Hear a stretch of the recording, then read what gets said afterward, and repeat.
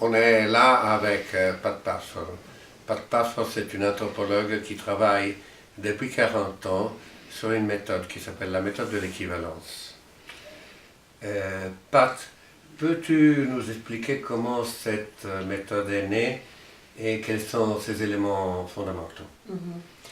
Elle est née à partir de toute une réflexion, pas ma propre expérience dans ce sens que j'ai tellement souffert. Je trouve que je suis quelqu'un qui a été très privilégié au départ, mais j'ai quand même souffert de certaines choses, par exemple dans l'éducation. Par exemple, les adultes qui demandent aux enfants de faire des choses qu'ils ne font pas eux-mêmes et que quand l'enfant ose demander pourquoi, moi je dois le faire et pas toi, mais que l'adulte en général il répond pas, il se fâche, il menace. Et bon, je peux encore donner plein d'exemples comme ça. Comme enfant, donc même si j'étais très privilégiée, ça veut dire que j'avais tout ce dont j'avais besoin matériellement, j'ai pu étudier, j'avais ma chambre à moi, tout ce qu'on veut, mais j'avais une mère qui m'adorait, qui m'acceptait comme j'étais, mais il y avait un tas de choses qui ne me plaisaient pas dans l'éducation. Et ensuite, j'ai aussi vu plein d'autres choses, par exemple comment les adultes gèrent leurs conflits. Qu'il y avait un tas de choses qui vraiment me dépassaient, je voyais plein de violence et je me rendais compte qu'il y avait un tas de choses que les gens trouvaient normales, mais qui faisaient mal. Et ça a commencé à me faire réfléchir, et puis ensuite, je suis une étudiante, j'étais étudiante dans les années 68-69, c'est un moment où on réfléchissait à propos d'un tas de choses. En cette période-là, j'ai appris à connaître Lanza del Vasto, que beaucoup de gens dans la non-violence connaissent. C'est, en fait, on l'appelle souvent le Gandhi occidental. Il était français.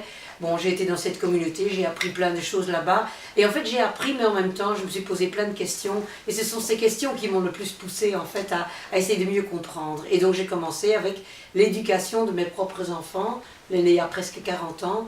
Et j'ai donc fait une réflexion. J'ai commencé avec toute une pile de livres d'un côté sur l'éducation et toute une pile de livres de l'autre côté sur la non-violence. C'est comme ça que j'ai commencé. Et j'ai commencé avec mes propres enfants. Et à partir de là, il y a toute une théorie qui a commencé à se construire. D'ailleurs, quand on suit mes livres que j'ai écrits, on voit qu'à certains moments, je n'avais pas encore certains modèles, et puis peu à peu, ils sont venus. Et justement, donc, tu me demandais les éléments fondamentaux. Eh bien, ce sont des modèles.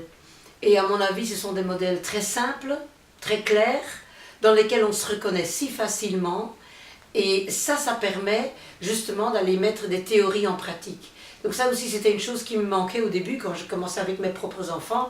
Je me disais, bon, je suis enceinte, j'aurai des bébés. Et Gandhi, Martin Luther King, Lanza del Vasto, ils disaient pas grand-chose de quand on est enceinte et comment mettre la non-violence en pratique. Donc c'est comme ça, je suis anthropologue, ça m'a poussé en fait à faire une étude très intense en fin de compte et de très longue durée. Comment est-ce que j'arrive à mettre la non-violence en pratique dans l'éducation ? Et donc c'est comme ça que j'ai commencé. Donc il y a ces modèles. En fait, les deux modèles fondamentaux, c'est le modèle majeur-mineur, qui soit comme ça ou comme ça n'a pas d'importance, mais ça veut dire un déséquilibre entre deux personnes, que ce soit un parent et un enfant, que ce soit d'ailleurs que le parent soit en position majeure ou en position mineure, c'est encore toujours majeur-mineur, mais c'est aussi entre deux adultes, c'est entre deux groupes, c'est-à-dire par exemple deux groupes ethniques différents, l'un domine l'autre, l'un a plus de droits que l'autre, l'autre a plus de devoirs que l'un, toutes ces choses-là, c'est à la base de la violence. Donc ce modèle majeur-mineur qui est à la base des mécanismes de la violence, et avec justement ces petits schémas que j'utilise, c'est tellement clair, chaque fois les gens le reconnaissent si facilement. Alors une fois que c'est clair que ce modèle majeur-mineur porte la violence, eh bien, on va aller voir l'alternative, et c'est comme ça qu'on arrive au modèle de l'équivalence, qui est à la base de la non-violence. Et tu me vois sourire en disant ça, parce que ça c'est vers où je veux aller. Merci. Et pourquoi on devrait utiliser cette méthode et comment on peut l'utiliser dans la vie quotidienne? Bon, on devrait l'utiliser, c'est une des méthodes proposées pour faire ce chemin de la violence vers la non-violence. Il y a en fait pas mal de théories et de méthodes qui proposent, parfois ce n'est qu'une partie, parfois c'est plus ample, c'est de façon différente, mais qui proposent de faire ce chemin et qui proposent aussi des moyens concrets, des outils pour faire ce passage, cette transformation. Et moi, donc, en fait, j'en connais d'autres, mais depuis 40 ans, j'ai continué à travailler avec cette méthode parce qu'elle me semble tellement facile, utile, efficace. Bon, on l'utilise dans ma famille, je l'utilise avec tant de gens autour de moi, aussi de façon internationale. Je ne vois pas pourquoi je changerais puisqu'elle marche bien et surtout qu'elle a fait ses preuves.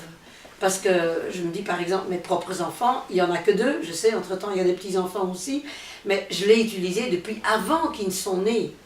Et maintenant, je reçois du feedback, du retour de leur part, et j'entends comme ça a été positif. Ça, c'est formidable. Je me dis, souvent, on veut une nouvelle méthode, mais ça, c'est une méthode. Les vieilles méthodes ne sont pas toujours pour autant mauvaises. Parce que les vieilles méthodes, on peut déjà voir ce que ça a donné comme effet, et surtout recevoir un retour. Ça, je trouve quelque chose de très, très précieux, et je reçois ce retour de mes enfants, mais aussi de tant d'autres. Par exemple, récemment encore, je reçois un mail d'une personne qui me dit « Je suis venue à un de tes week-ends des familles, avec des familles qui venaient avec leurs enfants. J'étais un des enfants de la famille.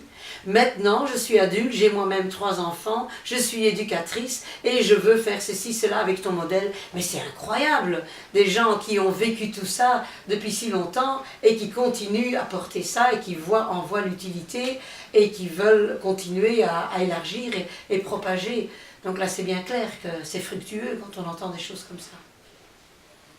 Eh bien, comment tu vois actuellement la situation actuelle de la société et comment tu penses que la méthode de l'équivalence peut aider à trouver une solution positive? Bon, ben, la situation sociale actuelle n'est pas brillante. Parfois on a l'impression qu'il y a moins de violence d'une certaine façon, mais c'est parce qu'on a déplacé la violence ailleurs. Je veux dire, quand on dit on n'a pas eu de guerre depuis autant d'années dans notre région, mais on l'a déplacé, donc il n'y a pas moins de guerre qu'avant.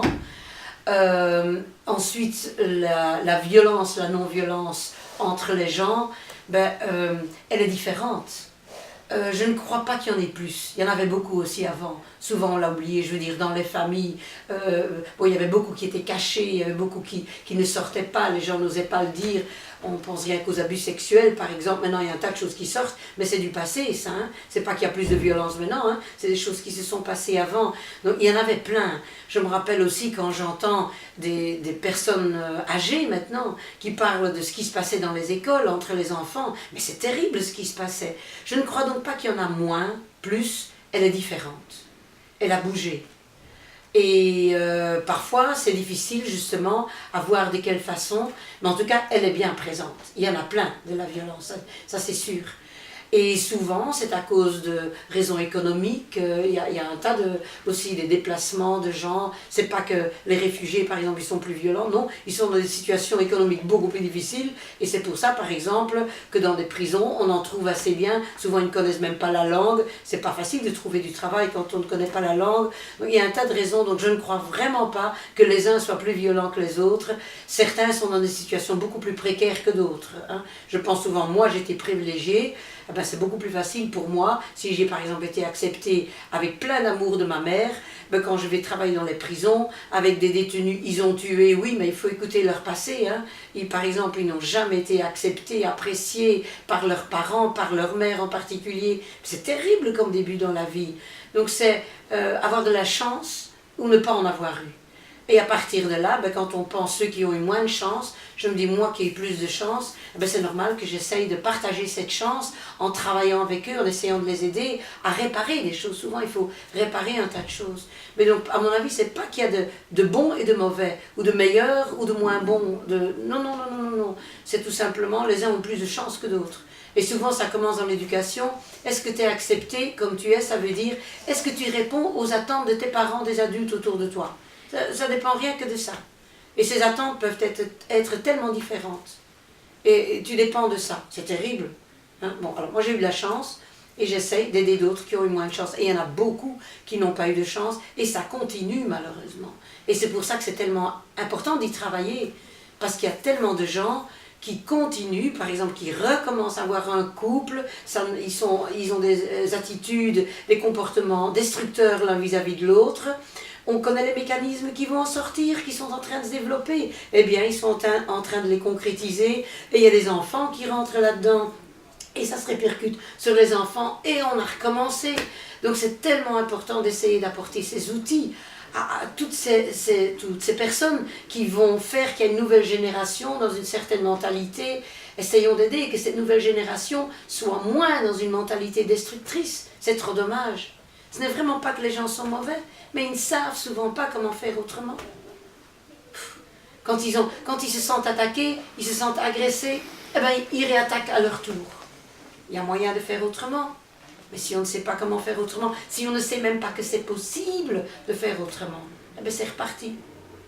Donc voilà pourquoi je trouve c'est tellement important d'apporter autant d'outils, autant d'éléments que possible aux gens pour arriver à faire cette transformation.